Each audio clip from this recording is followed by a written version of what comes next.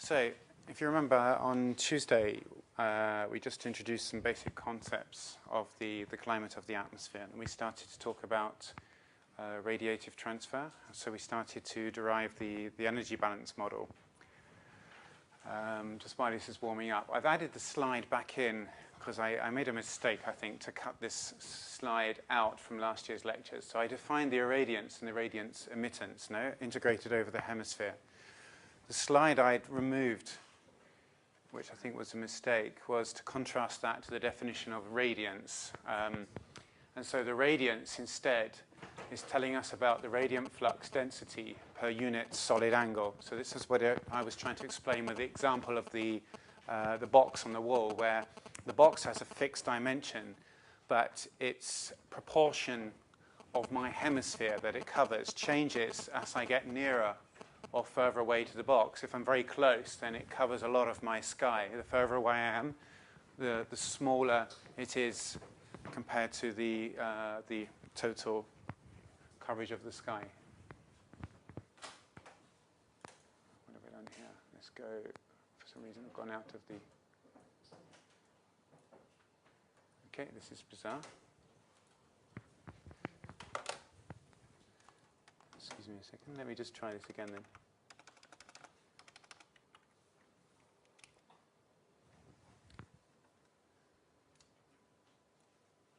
Okay, I don't know what went wrong there.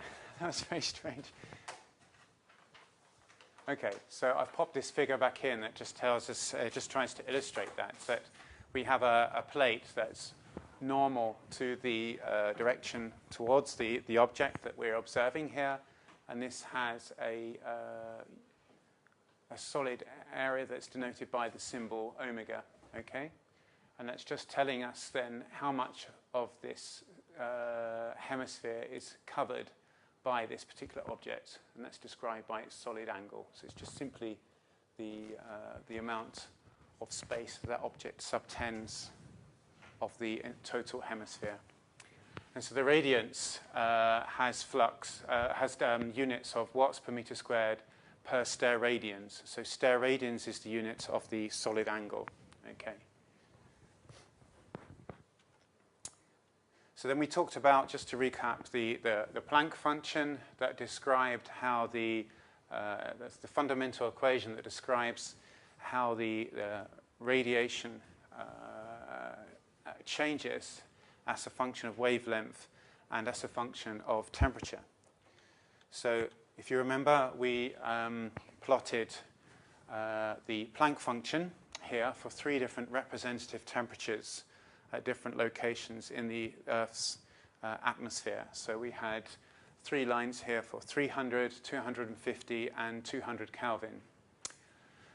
And so the 2 things we noted, do you remember, about the Planck function were the fact that as we go to higher temperatures, the total amount of radiation of the black body increases, but also that the peak wavelength is actually changing as well. So as we go to warmer temperatures, like we're going here from 200 to 300 Kelvin, then we're actually going to shorter wavelengths, okay,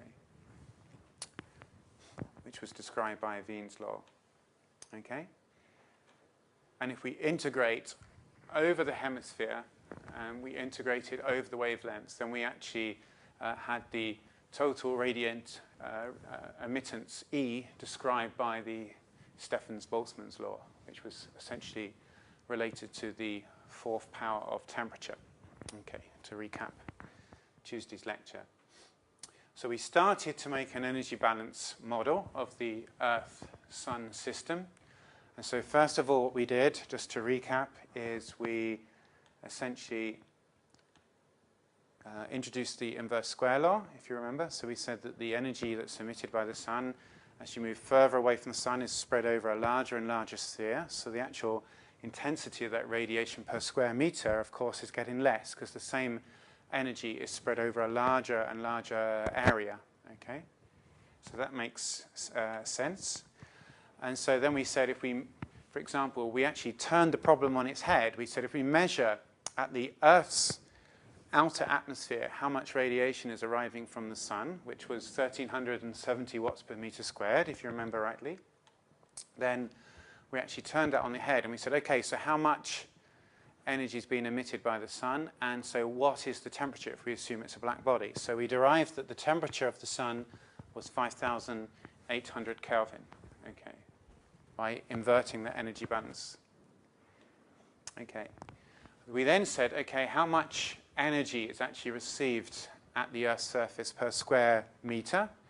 And so that was a very simple geometrical problem, because we know if we cut a disk through the center of the Earth, we know what this area is. So essentially, the solar constant, which is the energy per square meter, multiplied by this area gives us the total energy. And that energy is distributed over the surface of the Earth, which is rotating underneath. Okay. So we calculated that the mean energy received at the Earth atmosphere system is essentially S0 divided by 4, which is 340 watts per meter squared. Remember, that's the mean over all locations over all time. Okay? And of that, roughly a third is reflected back to space. So we introduced the concept of the planetary albedo, okay, represented by the symbol alpha. So the actual energy that's absorbed by the Earth atmosphere system is S0 divided by 4 and then multiplied by 1 minus the albedo. So we reflect back to space alpha, and 1 minus alpha is absorbed. And so that's roughly 240 watts per meter squared on average. So this is the point we arrived to at the end of the last lecture on Tuesday. So now we're going to look at the other side of the problem, which is the energy then that the Earth is actually losing through infrared emission. We know how to calculate the incoming radiation from the sun, for instance. But how can we calculate the reflected radiation? So again, that's a satellite-derived product. So you can have basically satellites that are circulating above the orbit. You have two kinds of orbits. Do you know what the two kinds of orbits are referred to of satellites? I mentioned one. So if this is the Earth, you can have an orbit that's out at basically quite a far distance, 36,000 kilometers, okay? And these satellites will rotate. They're stationed basically above the equator, and they rotate with the Earth. So they're always looking at the same location. Do you know what that orbit is called? Geostationary. Yes, very good. And then you have another kind of orbit where the satellite is circulating, and it can be very oblique or quite almost, should we say, I'm going to give away the name here, polar. So it can actually circulate very close to the poles, or for example, the TRIM satellite has a very oblique orbit that really only covers around 40 north to 40 south. Do you know what that orbit's referred to? That's, we just say polar orbiting. And these tend to be at a distance. It can change because it depends on the angle of the orbit, but it's on the order of 700 kilometers. Okay. So either by the geostationary satellites actually monitor the whole, should we say, hemisphere of the Earth. And there's like a system of about 5 or 6 of these. We have Meteosat, for example, that covers the Africa-European region that's run by the European Space Agency. And then the Americans have 2 GOES satellites and so on. There's one that's controlled by the Japanese Space Agency and the Russians. And so they monitor basically the hemisphere of the Earth from all different angles. And so from those geostationary satellites, you can look out towards space to measure the incoming solar radiation. But if you just also have a sensor that's pointing back towards the Earth, you can measure how much radiation is coming out towards the satellite in the short wavelengths, okay? And you know that that's energy that's reflected because of the frequency, and we'll see why that is in a moment, okay, as the course goes on, okay. So that's how you measure the albedo. You just look in both directions and measure the two components. The polar orbiters, they have other advantages. I mean, why would you also want to have polar orbit satellites to make meteorological observations? What would be the advantage of a polar orbit compared to a geostationary orbit? This is in brackets. This is an aside. It's not really part of the syllabus, but just to get you thinking for a moment, what would be the big advantage of measuring, I don't know, cloud properties from a polar orbiting satellite rather than a geostationary? High resolution. Very good. So you're much closer to the surface, and therefore with a given instrument sensitivity, you're going to have a much higher resolution. Okay. So that's definitely a plus. What would be another advantage of a polar orbiter?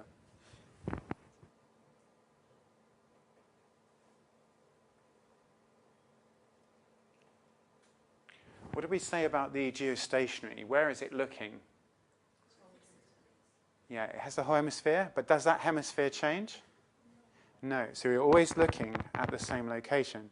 Whereas the polar orbiter, you have to wait, but it will eventually cover all of the globe with the same instrument, which means once it's calibrated, you see all of the parts of the globe.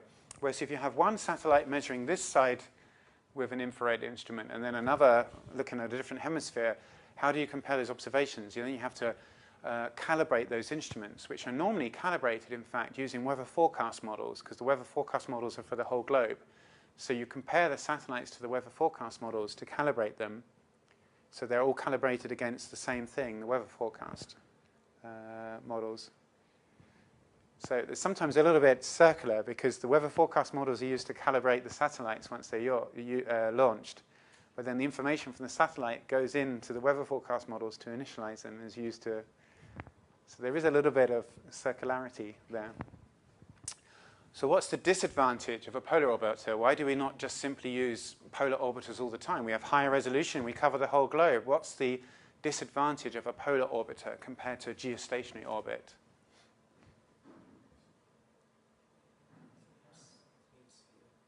Hmm?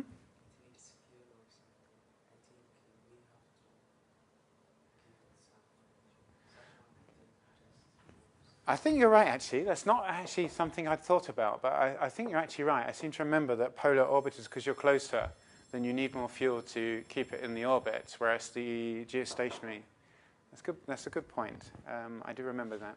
I remember, in fact, the TRIM satellite, there was a discussion about that. This is on a side again, that the TRIM satellite has worked very well since 1998. And there was a discussion about how long they wanted to keep it up in orbit for, because it was working much past its lifetime and giving very, very useful information, which is helpful for forecasting of hurricanes and so on.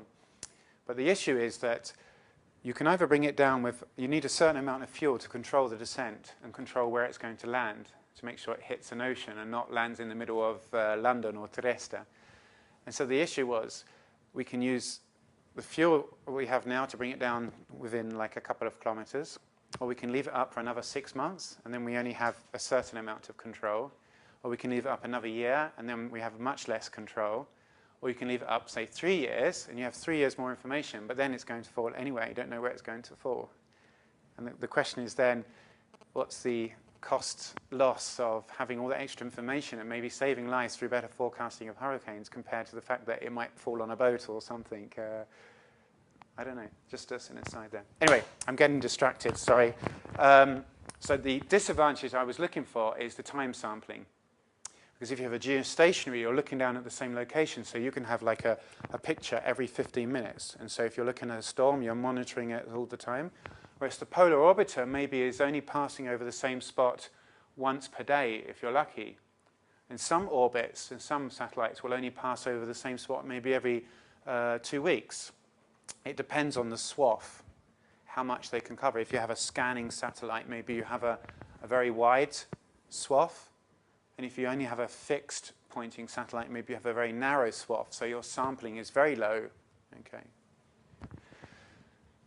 A little bit of remote sensing thrown in. There you go, just for free. I won't charge any extra, don't worry. Okay. So the Earth... Oh, I'm speaking too quickly. Sorry. Okay, I will slow down. the Earth atmosphere system is also emitting. We're going to assume the Earth's surface is also emitting as a black body. Okay? And we're going to assume that the Earth atmosphere system has some effective emitting temperature of TE. Okay, so it's in, as we said, a thermal equilibrium. The temperature is not changing over time, we're assuming. And so it's emitting with an effective temperature of TE energy out towards space. So just in the same way, the same equation we had for the Sun, we have the same equation for the Earth, yes?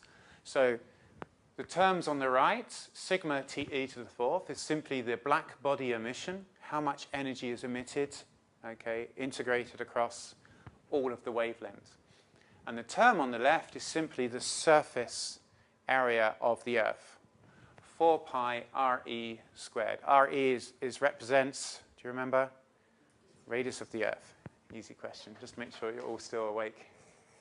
Okay. So we're going to assume that there's a long-term equilibrium. Remember the little cartoon that we had of the Earth and the Sun, okay? And we're going to assume that we have a long-term balance. So even though we have temperature fluctuations on short time scales, even interannual time scales, but over many years we're going to assume that there's an equilibrium, okay? And so we can simply say that the radiation, remember, that is absorbed balances the radiation that's emitted on the right-hand side, okay? So if we integrate that equation, we basically reverse it, and we work out what T is, then the REs basically squares cancel on both sides. We have a pi on both sides, so we have this simple equation which we can invert, and that gives us the effective emitting temperature. So you can check this tonight, plug in the calculations on your calculator, and you'll find that this comes out to 255 Kelvin. Okay.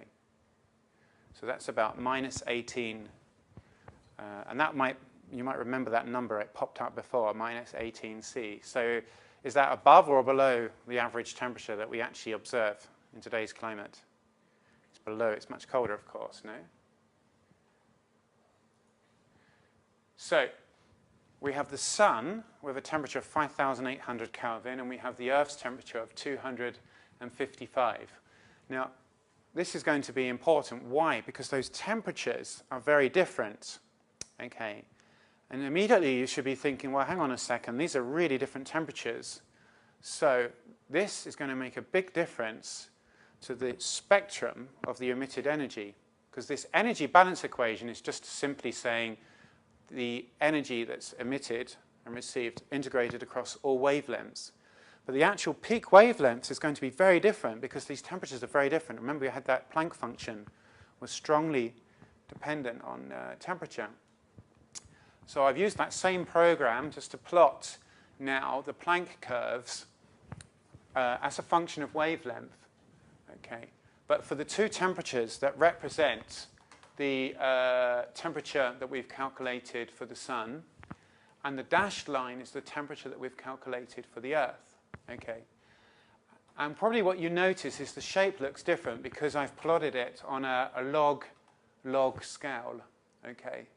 And I've done that simply because if you notice these numbers, the temperatures, because the difference is much larger now, before we were just looking at different temperatures for the Earth's atmosphere, the numbers are so different and the effect is so strong. If you look at this peak value here and this peak value here, we've got more than 6 orders of magnitude. So if I plotted this on a linear scale, you wouldn't see this curve at all. It would be a little tiny dot on the bottom of the graph. Okay. So that's just emphasizing the fact that the energy emitted by the Sun, because it's so much hotter, is vastly more than that emitted by the Earth. Okay. Of course, we have a balance because the Earth is a very, very long way from the Sun. So its solid angle in the sky is just a very, very small dot. So it's only absorbing, of course, a very tiny fraction of that energy. The other thing as well is because these temperatures are very different, you actually see that there's a very strong change in the peak, okay, of that radiation. So again, look, we're going across, this is one order of magnitude, 10 to the 0, 10 to the 1, 10 to the minus 1. So it's a factor of 10 each time for one of these major tick marks. So to emphasize that difference, this is the same graph, but what I've done now is I've simply normalized the two curves. So this is just normalized such that the peak has a value of 1, okay? But I still have a log scale here, okay? So it's an identical graph. All I've done is normalized it and then plotted this on a linear axis. So this is like saying 1 means this is the maximum, and this number here, 0.2, means that this wavelength we have 20% of the peak emission, okay? So it's just telling us how the emission is changing as a function of wavelength. Okay. So what do we notice about the characteristics of the emission between a body that has the temperature of the sun and the body that has the temperature of the Earth? What we notice straight away, we should see, is that there's almost no overlap. Okay. So the peak emission from the Earth is effectively occurring in a range of wavelengths that are completely non-overlapping with the wavelengths of the emission from the sun. Okay. Now, to emphasize, when we talked about the Planck function and the black body curves, a black body is a perfect emitter at all wavelengths, remember? So what I'm not saying is the Earth is also emitting energy at the short wavelengths here, also in the visible wavelengths. And the sun is also emitting at these longer wavelengths here. Okay. It's just that that amount of energy is very, very small. It's negligible. We can ignore it, remember. Because the important thing to remember is that Planck function that describes how the amount of energy changes as a function of wavelength. Remember. So why is this going to be important? Well, it's going to be important because when we start to look at individual gases, we'll find that the radiative signature of a gas is strongly dependent on its wavelength. So you'll find that some gases will be radiatively active in certain frequencies or wavelengths that may occur here and not here, which means that gases or droplets, such as cloud droplets, might have an impact on the solar radiation but not the infrared, or maybe on the infrared but not the solar, or maybe on both but in different ways. They may scatter at some wavelengths and absorb in other wavelengths. Okay. Okay, so let's come back to this equilibrium temperature. We've said that if we make an energy balance model, okay, we've calculated that the TE, the effective temperature of the Earth atmosphere system, so an object that's treated as a black body at the distance of the Sun-Earth separation, okay, with the radius of the Earth, has an equilibrium temperature of 255 minus 18. And yet, if we take the average of all the stations that we have at the 2-meter temperature, we measure plus 15. Okay, so why do we have a difference, do you think? Exactly. So the atmosphere is overlying the Earth's surface. And what we're doing is, this is an effective emitting temperature of the Earth atmosphere system, kind of a mean of the atmosphere and the Earth. So we can't compare that directly to the temperature that we measure at the Earth's surface. Okay. This is more effectively a kind of an average between the Earth's surface and the temperature of the atmosphere that's lying above it. Okay. So it's the mean effective emitting temperature at a mean emitting height. Okay. And so the surface temperature is warmer due to the presence of the atmosphere. Okay. And that warming effect of the atmosphere, okay, we call that the greenhouse effect. So when we talk about like climate change and global warming, we talk about the greenhouse effect. And sometimes if you look at some of these American blogs or so on their websites there, or I mean, all over the place, but you sometimes find that some of these anti-greenhouse, anti-global warming, they say, oh, I don't believe in the greenhouse effect. Well, if there wasn't a greenhouse effect, we would be living on a planet at -18. That's a fact straight away, okay?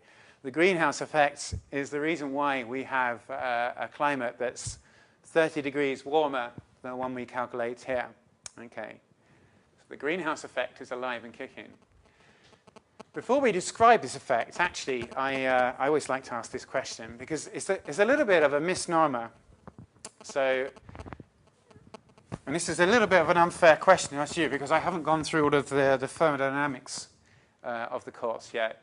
But how does a greenhouse actually work, just out of interest? So, okay, I have got a little garden now in my house here, and I'm growing tomatoes, and they're growing very slowly at the moment.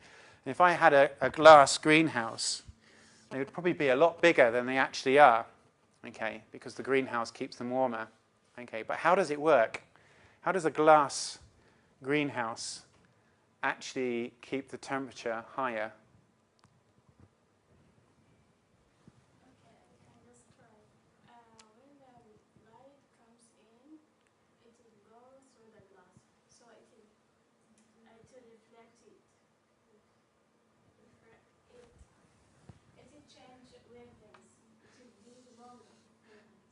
So the then when it's global, it's cut because it's with longer wavelengths. So it just refracted. okay, so we have shortwave radiation that passes through the glass. Okay, the change in the wavelength is not. You have to be a little bit careful with the language. Although I mean we're just discussing the concepts now, so don't worry about that because that will become clearer as we go through. The solar radiation. Maybe if we have Earth here, maybe a lot of that solar radiation will be absorbed by the Earth. But the Earth is also emitting radiation, okay, as a black body. It's not necessarily, it's not the same photons as such, but they're absorbed by the Earth, which would tend to warm it. But at the same time, it's also losing energy because it's emitting radiation, but at different wavelengths because the temperature of the Earth is much lower than the temperature of the Sun, okay? So we have long wavelength emission, and so what you're saying is that those long wavelengths don't pass through the glass, yeah? Okay. So, in fact, that's a good description of the greenhouse effect for the atmosphere. Okay, the atmosphere absorbs those long wavelengths, but it's not how a greenhouse works, actually. Although there is an effect, especially if you have like very efficient windows, the vast majority of the effect of a greenhouse is that it stops direct circulations. And we haven't done the turbulence, but when the Earth's surface is warmed, although the Earth's surface is emitting infrared radiation, okay, a lot of that radiation would actually be absorbed by the boundary layer of the atmosphere straight above. And what actually transmits the energy is the circulations in the boundary layer. That if we warm this air, it moves upwards and the cold air moves down. So we have this turbulence in the boundary layer. You know when you arrive at an airport in an aeroplane, and most of the journey's been very smooth, and when you're coming into land, normally that last part, when you're the lowest kilometer of the atmosphere, the plane starts to bump like crazy, yes? That bumpiness is the fact that you're in the layer that's very close to the surface, that's been warmed by the sun, and then is overturning. Just like when you boil a pot of water and you start to see even before it starts to boil, when the water starts to get warm, you start to see these circulations. Have you ever watched a candle? If you look near the flame and you have the liquid wax, and sometimes you see little specks of soot, and you see them moving in, and then suddenly, whoop, they move up very quickly near the wick because they're heated, and then they move around. Have you ever watched the soot make these circulations near the top of the candle? That's convection. It's exactly the same phenomenon as the convection that you have in the boundary layer from the sun heating the surface. The surface is warming the air that's next to it by conduction, and that warm air is lighter, it's less dense. Warm air goes up, cold air comes down, you have these circulations. And if the air is moist enough at the top of those circulations, you actually get basically fair weather cumulus start to form. Remember on Tuesday I said probably in the afternoon, it was sunny in the morning, in the afternoon we'd start to get the white cumulus clouds. And we did. Did you notice that? Especially over the mountains, they started. You started to get in the boundary layer. These cumulus clouds form in the afternoon, around 1 o'clock or so. So, if you want to cool a greenhouse, all you need to do is, so the greenhouse is warm because it stops those circulation. It traps the air in a very thin layer. And so here the heating is spread over a layer that's 1 kilometer high. Whereas in the greenhouse, this air that wants to move up can't go any further, so it's trapped in a very thin layer. So the sun is heating a very thin layer rather than a layer that's a kilometer thick. If you open a little window on the top so the air can go up, and you open the door, this is what my grandfather used to do, so you have air circulation, immediately the temperature will drop down to the temperature that's close to the ambient.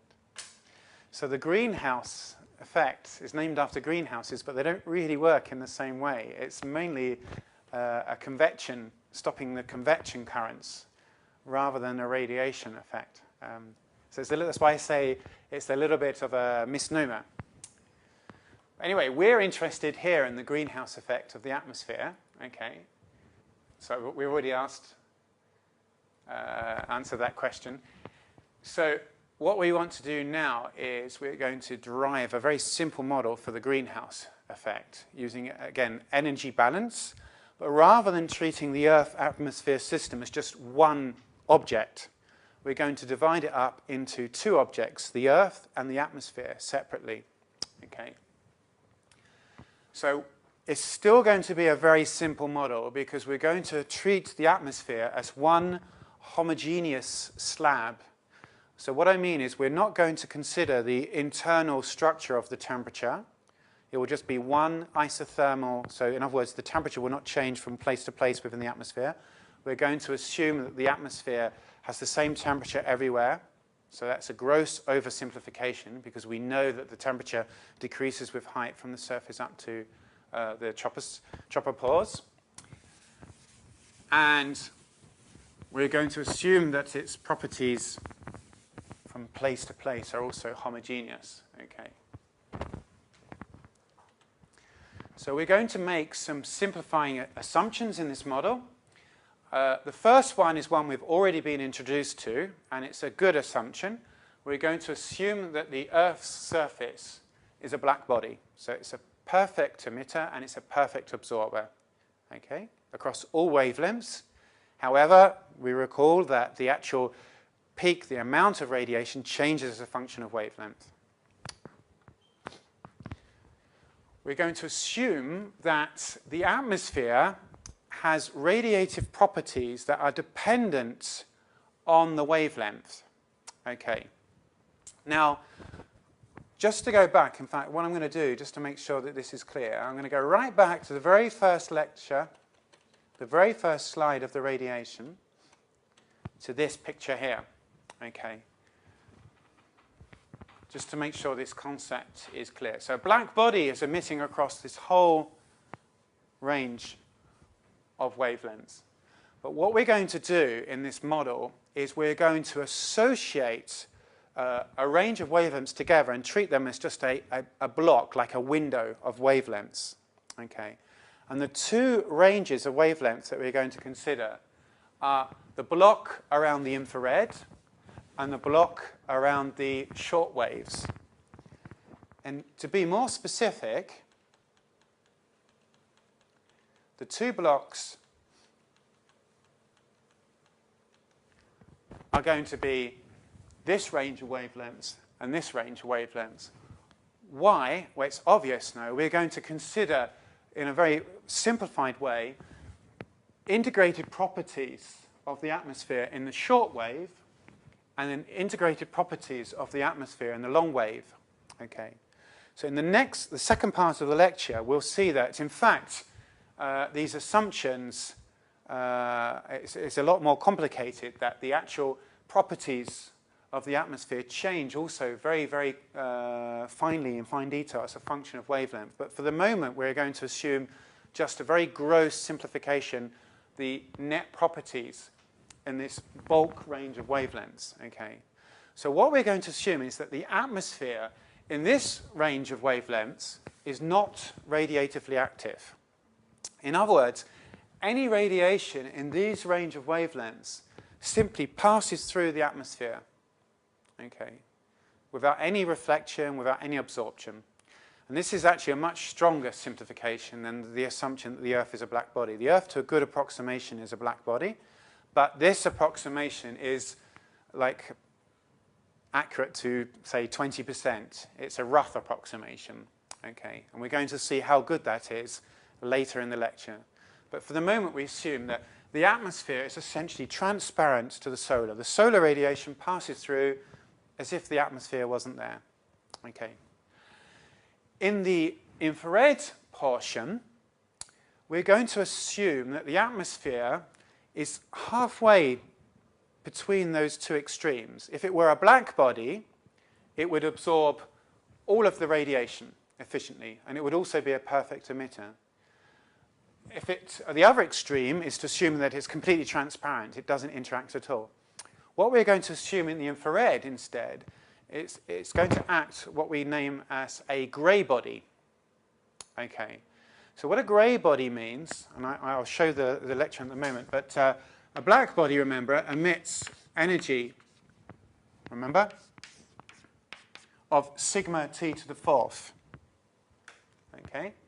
So a grey body, we simply assume that it's not perfectly efficient, so we're going to add an epsilon, okay? And this is a value that lies in the range between 0 and 1, okay? So if the value is 1, it means it's a black body. If we assume that it's 0.5, we're saying it's a grey body. It absorbs half of the radiation that's incident in those wavelengths, and it's effectively also 50% efficient as an emitter. So the emission of radiation is half what you would expect from a black body at that same temperature. Okay. Now, note what we haven't said is how, and I'm going to do this, talk about this a little bit more in detail later in the lecture, but we haven't said, if we say the atmosphere is a grey body and epsilon is around 0.6, but we haven't said what that function looks like. So I can draw a cartoon. We could have two extremes. If this is the black body curve in the infrared, and we say that epsilon is, for example, 0.5, it could be that we absorb half of the radiation exactly everywhere, all of the wavelengths, yes? Okay. Another possibility is that the atmosphere could be completely transparent to these wavelengths and then be a perfect emitter at these wavelengths. Yeah? These are two completely opposite extremes. Here we have no interaction with half of the spectrum, and we have a black body in the other half. So integrated over all of the wavelengths, we have half. Yeah? This is the other extreme where every single wavelength, half of the radiation is absorbed. Okay.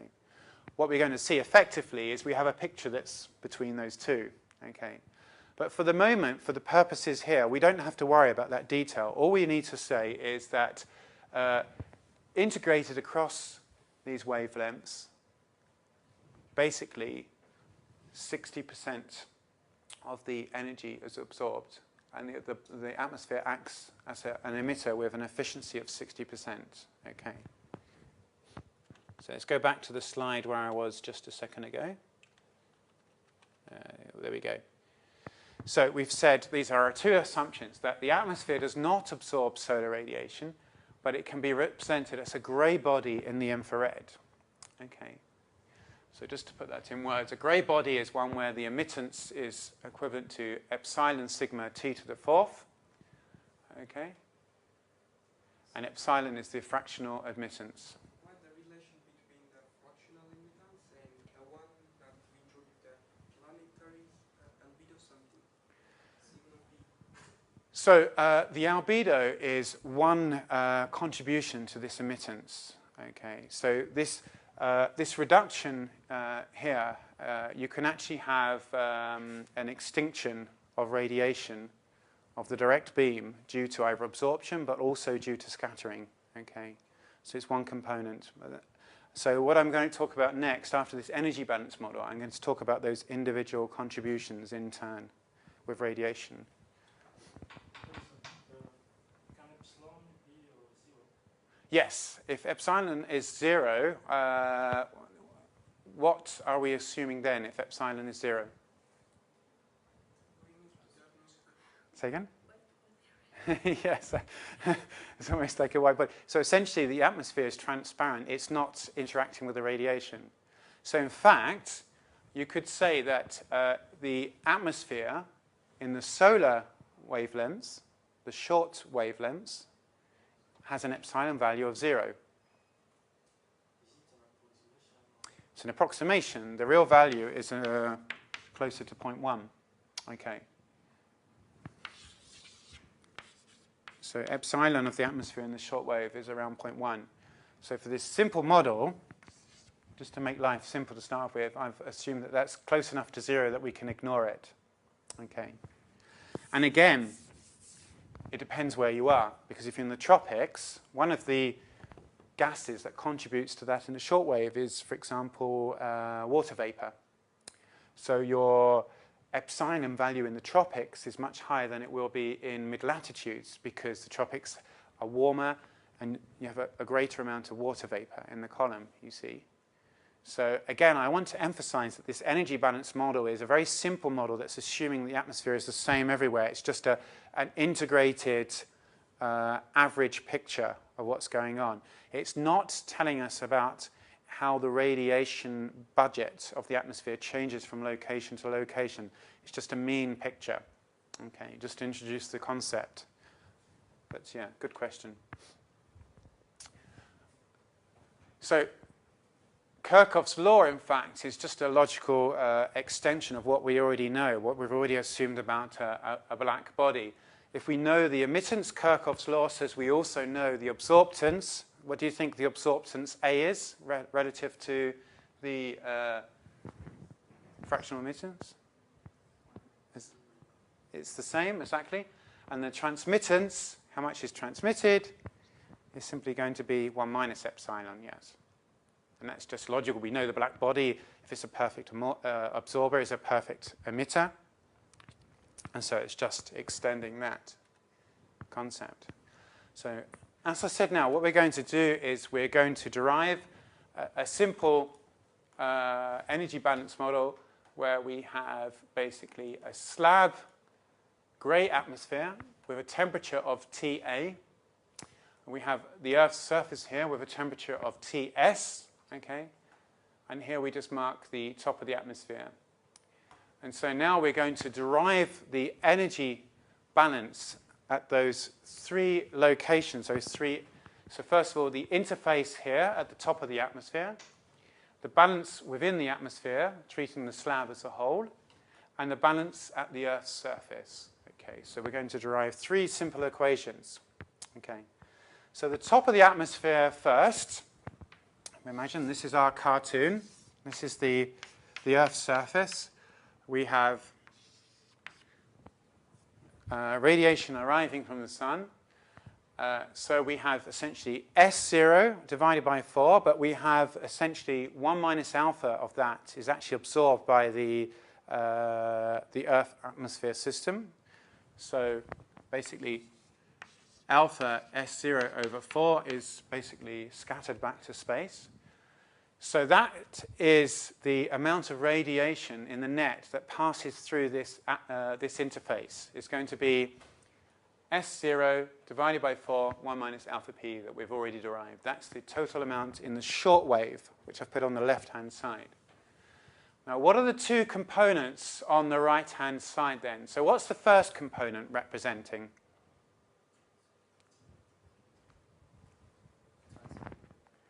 Transmittance, yeah. So where's the energy being emitted from, the first term? Exactly. So we recognize that Ts was the temperature of the Earth's surface. Okay. What did we assume that the Earth could be represented as? Black body, which means it has a fractional emittance of 1.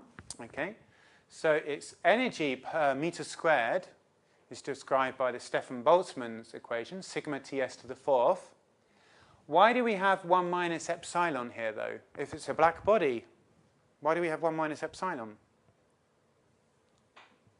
So we have the Earth's surface is emitting us sigma Ts to the 4th. What does the 1 minus epsilon represent? We are in the boundary, in the atmosphere, right? So We're looking at the balance here. This is the top of the atmosphere. So we're looking at the balance at this interface. and we say the value is epsilon for the atmosphere, so Exactly. and it cannot. I mean, okay, we assume it's like a gray or something, so it cannot transmit like all the. Exactly. So this is the grey body in the infrared, and the Earth's emission. And in fact, there's a little assumption that I haven't really put in my list. What I've implicitly assumed is that the Earth's emission is 99.999% in that range of wavelengths in the infrared.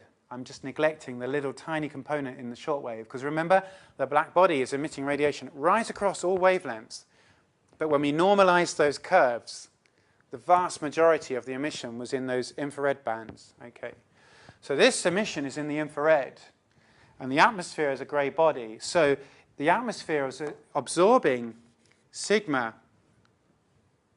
fraction of this. Okay? That's how much radiation the atmosphere is absorbing, and Kirchhoff's law tells us that the transmittance is then the rest that's not absorbed is 1 minus epsilon sigma Ts to the 4th. Okay? So that component is arriving at that interface. Okay. So that's the first term. What does the second term represent? What about if you have, for the case of short length, short wavelength, not infrared, but short length. So the Earth's surface is emitting also at the short wavelengths, okay, which would just pass straight through the atmosphere without interfering. However, think back to the normalized black body curves. How much of the emission from the Earth's surface was in those short wavelengths? Do you remember that picture I showed? I'm just going to do the sketch here so I don't change the slide. Remember this picture? This was the curve normalized. This was the normalized from 1.0 to 0.0. This was the normalized curves. These were the short wavelengths, and this was the long wavelengths. And this was for an object with a mean temperature of 255 Kelvin. And this was for an object with a mean temperature of 5,800 Kelvin. So if we imagine we've split the entire spectrum of all of the wavelengths up into two components, how much of the area under that curve for the Earth's body is in the short wavelengths? Tiny fraction, you see. So, to a very good approximation, in fact, it's a very tiny approximation, as we just say simply that we're just going to ignore that in the energy budget.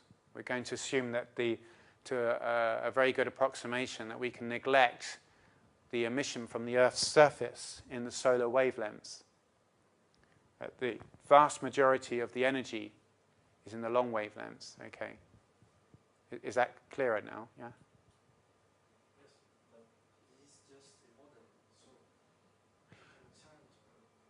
No, but this is a very good approximation. When you're making a model, you have to, you're right, you have to be aware of the assumptions that have gone into those models. So some of those assumptions can be very, very accurate, and some of those are less accurate.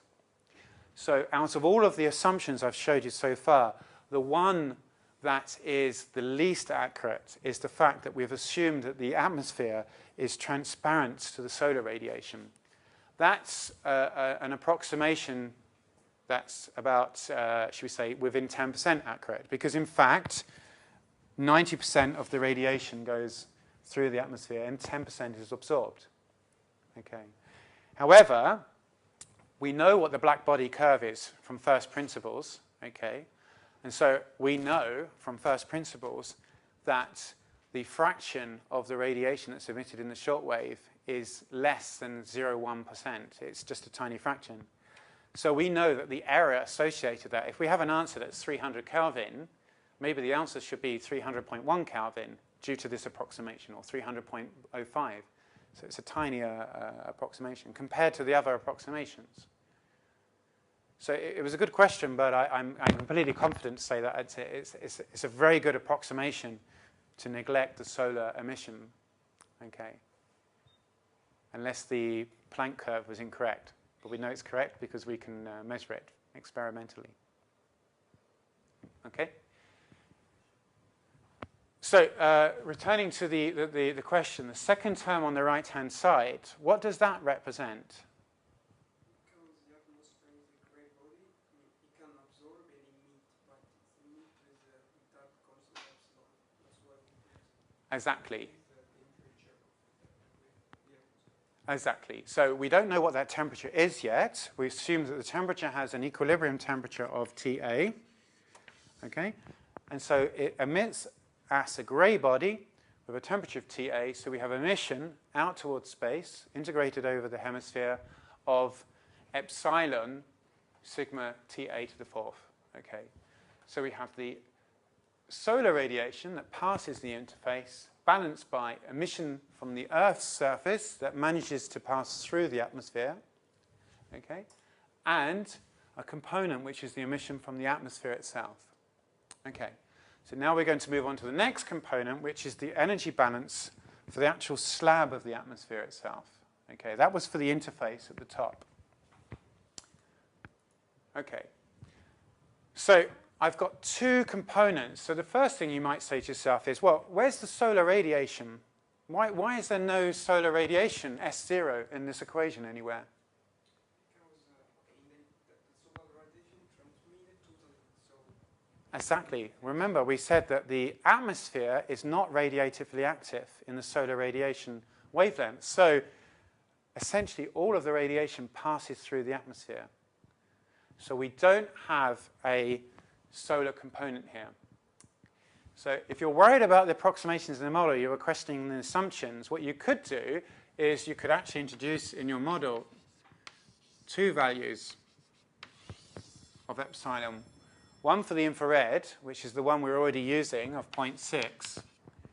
And you could put another one in for 0.1. And if you have a non-zero epsilon in the shortwave, you would have an extra component here that represented the energy absorbed from the sun. Okay. So if you find you have nothing to do after dinner tonight, you can try and rederive this, adding a component for the sun. And then you can, it's a serious suggestion. If you're interested in taking this a little bit further, you can actually tonight, to make sure you fully understand this, that's an exercise, you could actually try and rederive the model, actually assuming that the atmosphere is a grey body in the solar radiation. And you'll find that the model is slightly more complicated, but it's very easy to solve the same. And you can see what a difference it makes having a little bit of absorption in the solar. So for those of you who want to follow it another step, you can try that. I think, without introducing this thing, you can think of the epsilon as if a function of some parameters. Yes, the epsilon will be a function of the gases that are represented in the atmosphere. But for the moment, I've just put one epsilon in for the infrared. And for the short wave, we have no absorption at all. So we don't have an S0 anywhere in this equation. So what are our two components? Okay, so we're looking at the slab. The left-hand side is fairly easy, no? What do we think that is? We have sigma Ts to the fourth. Exactly. So it's the energy that's emitted by the Earth's surface that's absorbed by the atmosphere. So now we don't have a 1 minus epsilon, we have epsilon, okay? And on the right-hand side, what does this represent? Maybe let me try. Okay, we have a radiation that comes from the Earth. And, okay, that's the... Okay, it is about the atmosphere, but the factor to maybe go and then reflect the pocket. What do you think? Would it be because we have a top and the other atmosphere, so emitted rise by the top atmosphere? almost. Remember, yeah, so the right-hand term is the emittance of the atmosphere. But why do we have a factor of 2, in fact, then? So it represents the emittance of the atmosphere. So we have the left-hand side is the radiation that's emitted from the surface of the Earth, that's absorbed by the atmosphere. The right-hand side represents the loss due to emission, okay? And where does the factor of 2 come in? Anyone?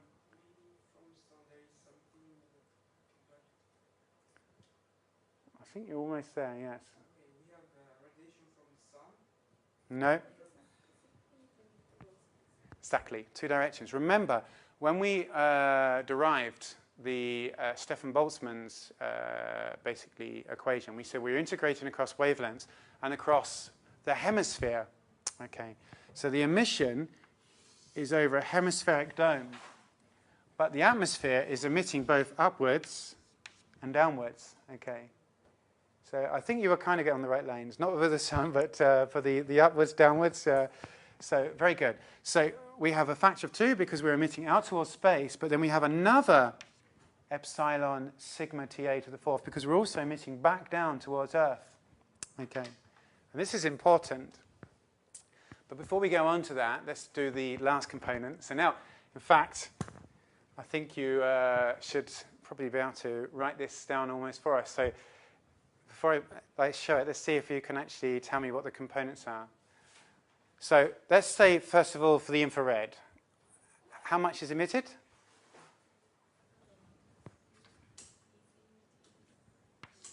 Sigma Ts to the 4th. Let's put it at the top so it's clear we can see it. So on the right-hand side, we have the loss, which is sigma Ts to the 4th, because we have a black body. So that's our loss. Okay, what is the gain? We have 2 components for the gain, yeah?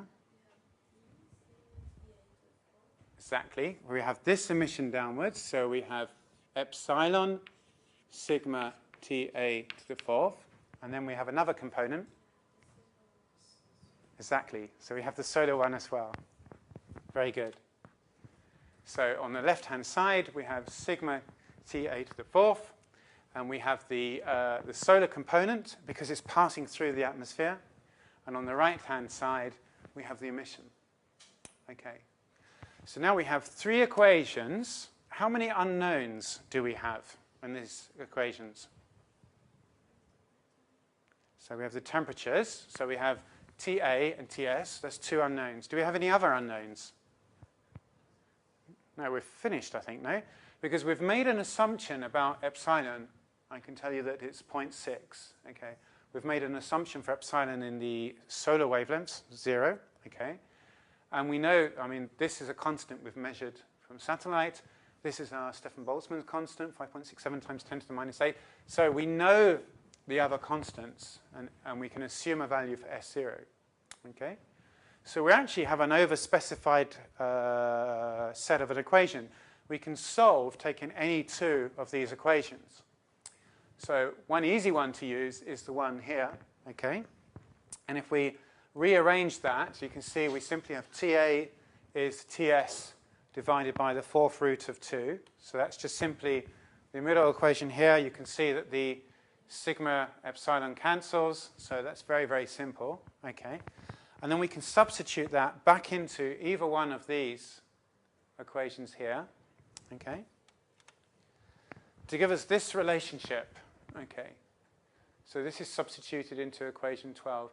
But if you want to, you can try another combination tonight just to play, and you should get the same answer from those set of 3 equations. So an exercise tonight, if you're looking through this model, to make sure you understand it, is just to maybe try combining 2 of the equations and another 2. Make sure you get the same answer.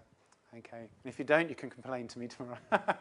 But so what we find is that Ts is S0, 1 minus alpha, divided by 2 sigma, 2 minus epsilon in the infrared.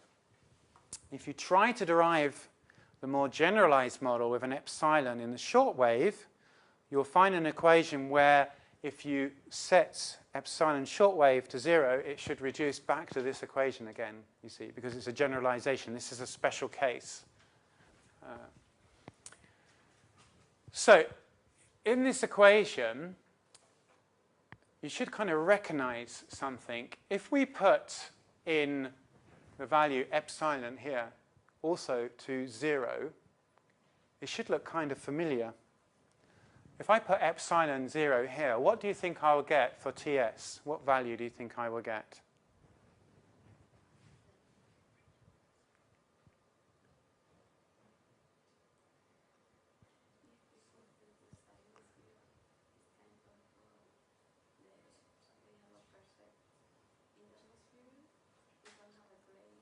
Yeah, that's right. It's completely transparent then.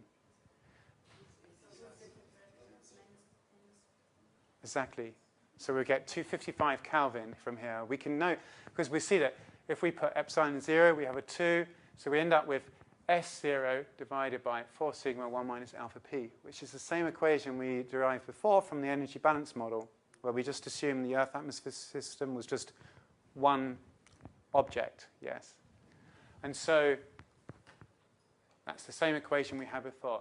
So when you're deriving these equations, I always tell my students, in fact, you should always, if you're worried about an equation that you haven't got it correct, you always say, well, let's take a special case. Does it reduce to an equation that I already know? Okay. So if I take epsilon equals 0, it should reduce back to my simple equation for an energy balance. And in the same way, if you derive tonight the more complicated version where you have a value specified both for the infrared and for the shortwave, once you derive that equation, if you set epsilon shortwave to 0, you know it should reduce back to the equation that you have here. That's a special case, you see. And if it doesn't, you know you've made a mistake in your mathematics. So when you're trying to solve equations, it's always a good idea, just as like a matter of course, always to try and say, well, how do I know this is correct? Let's try a special case where I already know the answer. Does it reduce to my special case? And indeed, if we put epsilon 0, we get 255. Why is that? Because essentially we've removed the atmosphere and we have the value of a ball of rock that can be treated as a black body. Okay. If we put epsilon equals 0.6, we come out with a value of 278 Kelvin, okay, for the surface temperature, and 235 for the atmosphere. Okay, so we get about plus 5, plus 6. Okay, and that difference is a warming. That's the greenhouse effect. Okay. Now you can see that the model is extremely simple.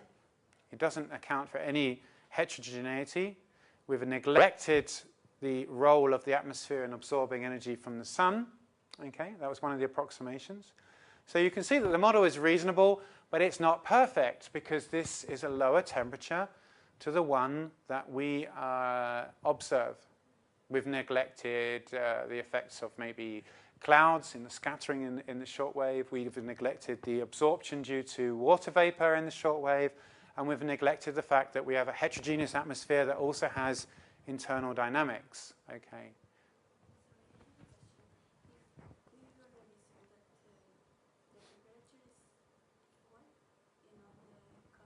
Yes. So what's the mean of the temperature? What is the The mean temperature. the mean? Okay, so this is actually a reasonable approximation, again, to the mean temperature that we observe in the atmosphere. When you're calculating the mean temperature, it's not a geometrical mean. What you need to do is you need to weight it by the mass of the atmosphere. And the pressure is reducing, of course, as you go up through the atmosphere.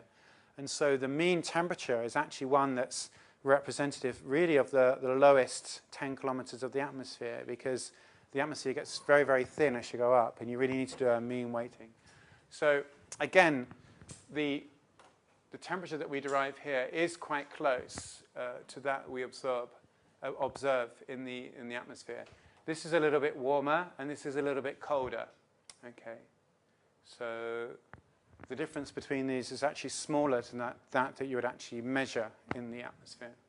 Okay, but nevertheless, the model is a reasonable illustration of how the greenhouse effect is working. Okay, because we have an atmosphere above the Earth's surface. That's a grey body. It's absorbing that radiation that's emitted from the surface of the Earth. And the reason why it acts to warm is that that radiation is warming the atmosphere, but then it's balanced by a loss. But the loss is in terms of infrared emission, both in the direction of outer space, but also back towards the Earth's surface. Okay. And that's an important aspect. If we'd forgotten about the two hemispheres and we'd missed out the factor of 2, you can see that you wouldn't have that warming effect if you didn't have that 2 on the outside. If you miss that 2, Ts equals Ta, because everything that the atmosphere absorbs is just simply emitted out to space, and you wouldn't have any emission back towards the Earth. So it wouldn't act to warm the planets in the model, and you would have the same temperature for the surface and the atmosphere as before. So that 2 is an absolutely fundamental thing in the model, that we have to remember that the atmosphere is emitting both out towards space and back towards Earth. And that emission towards Earth is the mechanism that's important for warming the Earth. Okay. So that's how the greenhouse effect is working in the atmosphere. The layer is absorbing some of the energy and it's emitting it back towards the Earth's surface, which means that the Earth's surface will have a mean higher temperature than it would do otherwise without that atmosphere, or if that atmosphere were transparent in those wavelengths. Okay. So what we're going to do in the rest of the lecture, just to finish this slide first before the question, is what we want to say is we want to go into a little bit more detail about what determines epsilon, this 0.6, and how it changes in the atmosphere.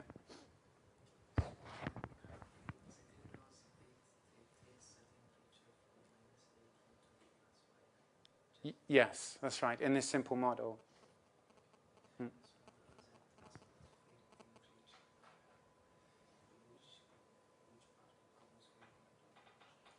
Sorry, I don't know. You have to speak up, otherwise I don't hear clearly.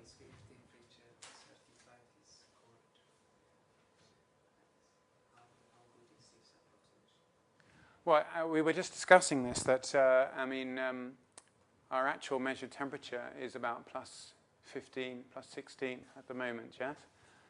So that would make it about 288. So we're about 10 Kelvin off, okay? And that's the same, it's roughly the same for this. If you take the mean, it's around 8 to 10 Kelvin cooler than this. So it's not explaining all of the difference. Okay. Yes, but we saw that from the first climatology description. Remember the description of the temperature variation with height? So we saw that the temperature dropped off very quickly with height. The reasons for that and the basics of the thermodynamics, if some of you stay on to do the ESP for Diploma, that's the subject of my first term's course. I have a course on atmospheric thermodynamics where I derive the fundamentals of the atmospheric thermodynamics from first principles, all about the temperature drop-off. But in this introduction course here with the concepts, and I don't really have time to go through that in detail. I tried last year and I just didn't have time in the allocation. And so anyway, just to give you a little bit more detail about that, I've actually put in this slide here about what's happening to the atmospheric temperatures. I mean, if you change epsilon, you would change the distribution of temperatures in height. And in fact, one of the predictions of global warming is that the structure of temperatures will change such that the temperature in the stratosphere above the tropopause will actually cool, and then the tropospause, where you have the circulation of convection close to the Earth's surface, will warm. And so this is just to try and illustrate the fact that even though we have warming measured on the Earth's surface and in the troposphere, these are predictions and results from several different sources that show that this is pressure. 100 hectopascals is around the level of the tropopause. So what this is showing is the temperatures in the layer of the atmosphere above 10 to 15 kilometers. So this is like 10 to 15 kilometers, and this is higher in the atmosphere. And it's showing that the temperature trends over the last decades, say from 1980 to 2000, have actually been for a cooling in the upper layers of the atmosphere. So if you divide the atmosphere up into slabs, you actually get a warming in the lower atmosphere and a cooling in the upper atmosphere.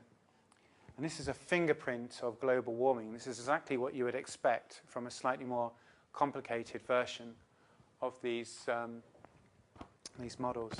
I've just remembered, actually, I should have taken my mobile phone out of the pocket for the sound. I should have done that at the beginning. Full of junk, but always in my pockets.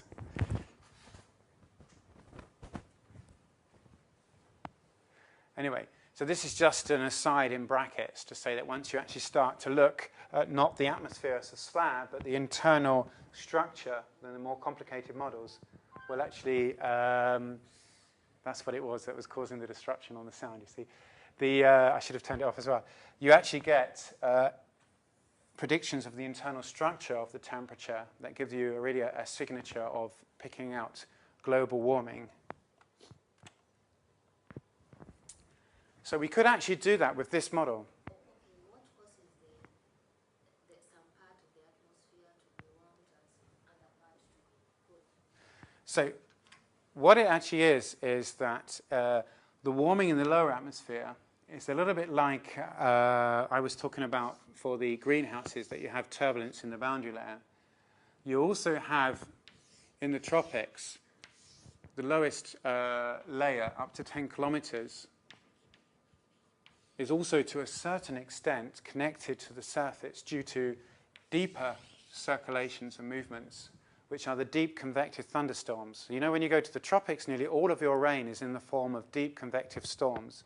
And those storms, in a way, is like a giant spoon. It's mixing up the atmosphere and also transporting heat. So they act to short circuit the radiative transport. So you find that this layer of 10 kilometers is connected to the surface.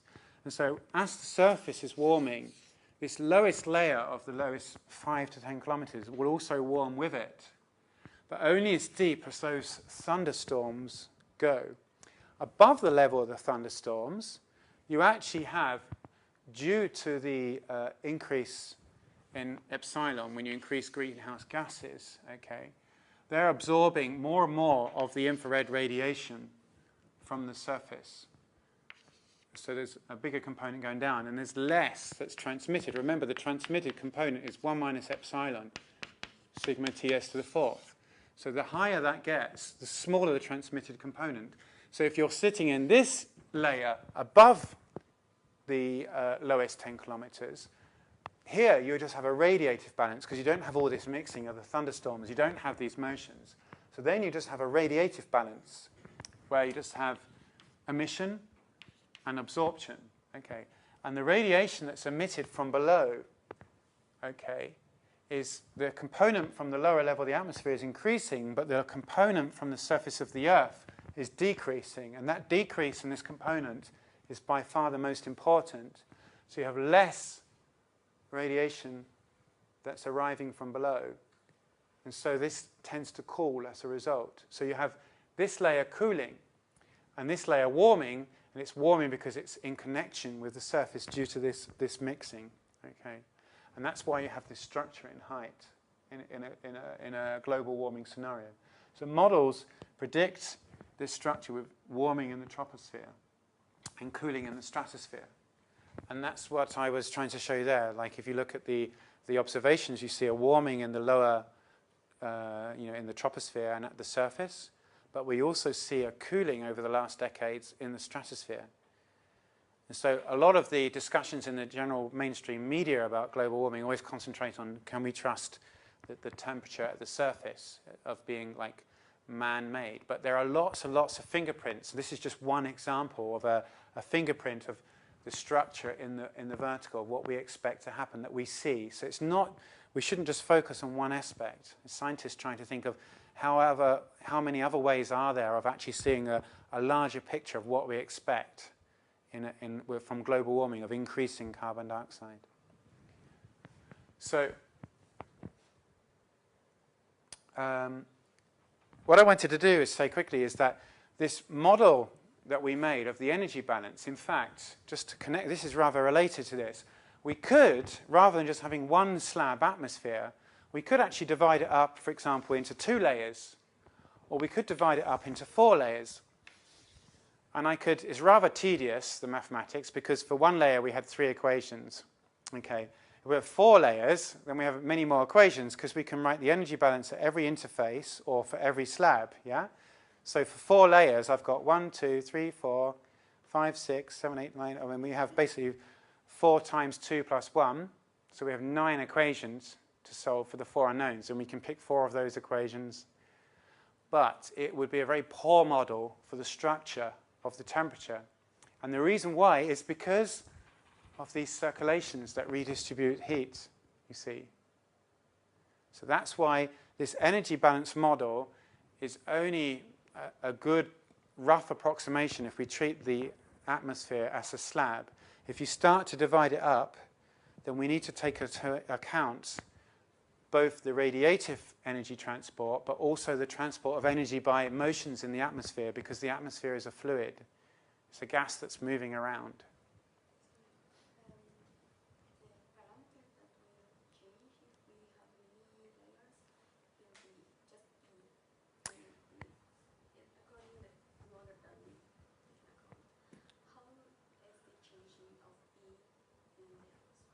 That's a very good question as well. So essentially, it really depends on where these layers occur compared to, for example, the layers that we drew in the, should we say, we have the troposphere and then the stratosphere. And the reason why is that the structure of the distribution of the gases changes very much between the troposphere and the stratosphere. So many gases will either be in the troposphere, but then you have a small flux into the stratosphere. But where you have this mixing due to the weather circulations, that will well mix gases here. And so the epsilon will change as a function of height depending on the gas distribution. And that depends on the dynamics and it depends on the chemistry. So for example, ozone tends to be found either very close to the surface due to chemistry that's going on in cities and so on, or in the stratosphere layer, you see. And so epsilon for ozone absorption in the solar radiation is higher in the stratosphere than it is in the troposphere. So it depends on the gas distribution.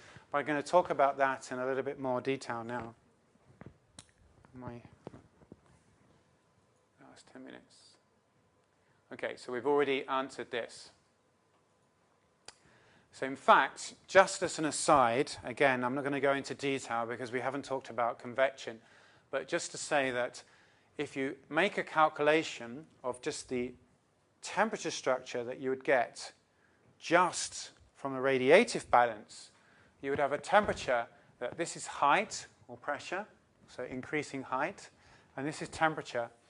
A pure radiative balance would have a temperature that drops off much more quickly with height than we actually observe.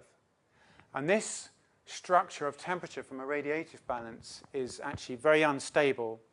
This air is much lighter than this air, and this air will go up, and this air will drop down, and you have a fast overturning, you see. It's unstable, and so the air going up will tend to warm the layers above, and the cold air coming down will tend to cool these areas below, and it brings the temperature structure back to one which is much warmer above and colder below.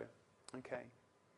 So if you stay on for the ESP course, this is what you're going to learn about in the first term in the thermodynamics of what determines that instability, okay? Why the atmosphere mixes, how fast it mixes, okay? So this is a pure radiative equilibrium, and this line here, where the temperature is dropping off much more slowly with height, is when you have an equilibrium between the storm dynamics that transport energy and the radiative processes that transport energy. So we don't have a pure radiative equilibrium in the atmosphere. It's an equilibrium between the dynamics and the radiation. Radiative convective equilibrium. And it's, in fact, what I studied for my PhD way back like it feels like hundreds of years ago now. It was actually all about this equilibrium between convection storms in the tropics and radiative processes. Okay. So in today's last couple of minutes, just to introduce the concept, and I will recap this tomorrow because I'm wrapping up now. So tomorrow is the last lecture on the radiation topic. We're going to talk about radiation interaction with a slab, okay? So just as a taster for tomorrow's lecture, what we're going to talk about is if we have a homogeneous slab in the atmosphere, the fact that if we have a direct beam of radiation, and we look at the radiation that leaves that slab on the other side, it can have a contribution of the direct beam that just passes, where the photons just pass through the slab without any interaction, like we assumed already for the sun's energy that passes through the atmosphere. But we can also have scattering of radiation, where it's basically what that means is that the beam direction, the radiation is coming from a different direction, and then it interacts with the atmosphere. Maybe there are particles or cloud droplets. It interacts. It's not absorbed, but it's just scattered into a different direction, the photons, viewing the energy as particles. And it therefore leaves the beam in this direction that we're looking at one direction of unit solid angle. Okay. Or we can have thermal emission from the slab. So what we're going to talk about in very brief terms are those three components, okay, the scattered and the emission, and how they change with wavelengths. And then the second thing I'm going to talk about, I'm just skipping 5 to give you a taster, is the actual different gases then, and how they actually have different radiative signatures as a function of wavelength. And so the second part of tomorrow's lecture is going to talk and introduce, just very briefly, this graph here. And what this is showing is, if you recognize, again, we have our two idealized black body curves. Okay? On the right-hand side, again, this is wavelength on the x-axis. So we have the long wavelengths on the right, the short wavelengths on the left. Okay? This particular graph, unfortunately, is not consistent. It has a slightly cooler temperature here for the sun's representative black body. But anyway, this is the black body then curve for the sun. And these are typical black body curves for different temperatures representative of different layers in the Earth's atmosphere, where we looked at before. Okay? And so what we're going to briefly introduce is this epsilon value. So what we're showing here is the percentage absorption at the different wavelengths by the atmosphere. So you can see that, for example, on the left, that in the this is the visible wavelengths, and here we have the UV, that like nearly all of, or 100% of the UV here is actually absorbed by the atmosphere. But you can see that nearly all of the solar wavelengths, the radiation passes through the atmosphere, and they're just these small regions where the atmosphere is absorbing. Okay. So around 85% basically is passing through in the main bulk of the curve here. Whereas in the infrared, you can see that this is not the case. That gases such as carbon dioxide, and in particularly water vapor, are absorbing 100% of the radiation in quite wide ranges of wavelengths, you see. And therefore, we only have one small region of the wavelengths where the radiation can pass through the atmosphere. Okay, and this is called the atmospheric window between 8 and 13 microns. So we have this range between basically 8 and 13 microns wavelength where radiation can pass through the atmosphere. So you remember my two models I said for epsilon. We may perhaps, if we had epsilon 0.5, it could be absorbing half of the radiation across all of the wavelengths, or it could be absorbing all of the radiation in some of the wavelengths and letting all of the radiation pass through for other wavelengths. So we can see that the real picture is kind of between the two, but from those two models, it's closer to the one which was 0 and 1 rather than half of everything. Okay. And so we'll just explain briefly why that will be in tomorrow's lecture. Okay. Thank you very much.